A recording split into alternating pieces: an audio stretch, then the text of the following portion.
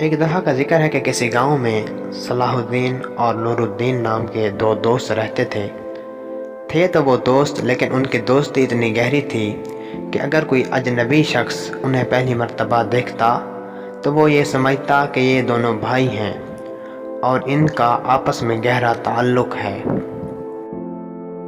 کچھ عرصہ کے بعد دونوں دوستوں کی شادی ہو جاتی ہیں اور ایک دن صلاح الدین اپنے دوست نور الدین کو ملنے اس کے گھر پر جاتا ہے اور وہ دونوں بیٹھ جاتے ہیں۔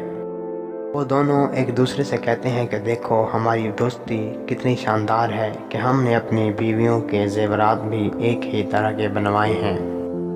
کافی دیر باتیں کرنے کے بعد صلاح الدین اپنے دوست نور الدین کو اپنے گھر کھانا کھانے کی دعوت دیتا ہے، جسے نور الدین بخوشی قبول کرتا ہے اور صلاح الدین خوشی خوشی اپنے گھر چلا جاتا ہے کہ وہ اپنے بھائی جیسے دوست اور اس کی بیوی کی دعوت کرے گا۔ مقررہ دن نور الدین اپنے گھر والی کے ساتھ اپنے دوست کے گھر پہنچ گیا۔ کافی دیر گپ شپ ہوئی اور اس کے بعد کھانے کا اہتمام کیا گیا۔ طرح طرح کے کھانے پکائے گئے اور کھائے گئے اور محفل خوب جمی۔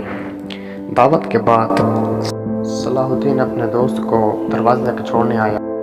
ان کے جانے کے تھوڑی دیر بعد جب صلاح الدین اپنے گھر پر پہنچا تو اس کی بیوی نے اس سے کہا کہ ہمارا قیمتی زیور گھر پر موجود نہیں ہے اور مجھے لگتا ہے کہ وہ تمہارے دوست کی بیوی لے گئی ہے۔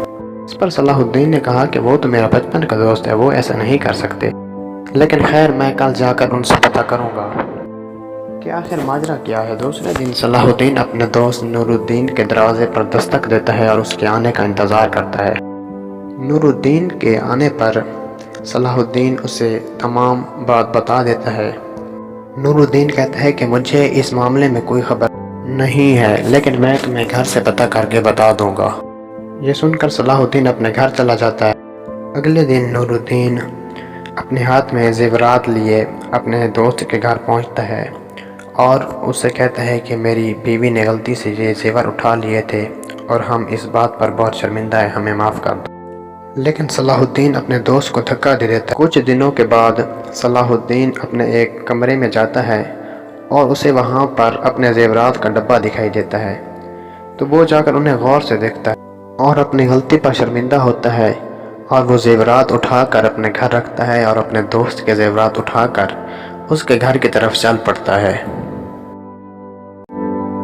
اپنے دوست کے گھر پر جا کر وہ اسے اس کے زیورات کا ڈبہ دیتا ہے اور اس سے کہتا ہے کہ اگر تم نے یہ نہیں لیے تھے پھر اپنے سر پر الزام کیوں لیا؟ نور الدین نے اپنے دوست کے کندھے پر تھپکی دی اور اس سے کہا کہ جب تم مجھ سے زیورات کا مطالبہ کرنے آئے تھے تو میں اسی وقت سمجھ گیا تھا کہ تمہارے دل میں شک پیدا ہو گیا ہے۔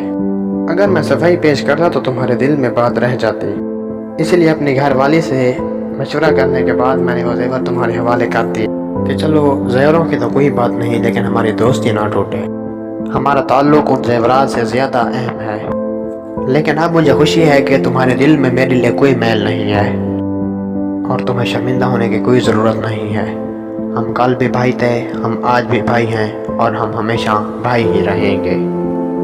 اس کہانی کا مقصد یہ ہے کہ اگر تعلق مضبوط ہو تو اسے دنیا کی کوئی بھی طاقت توڑ نہیں سکتی، لیکن اگر اس تعلق میں شک کی ہلکی سی دراڑ بھی آ جائے تو یہ تعلق ریزہ ریزہ ہو جاتا ہے۔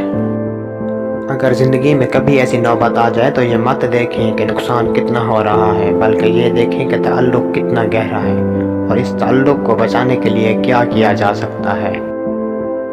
اگر ویڈیو پسند آئی ہو تو ویڈیو کو لائک اور چینل کو سبسکرائب ضرور کریں اور ہماری اگلی ویڈیو تک اپنے اور اپنے پیاروں کا خیال رکھیں۔ اللہ حافظ۔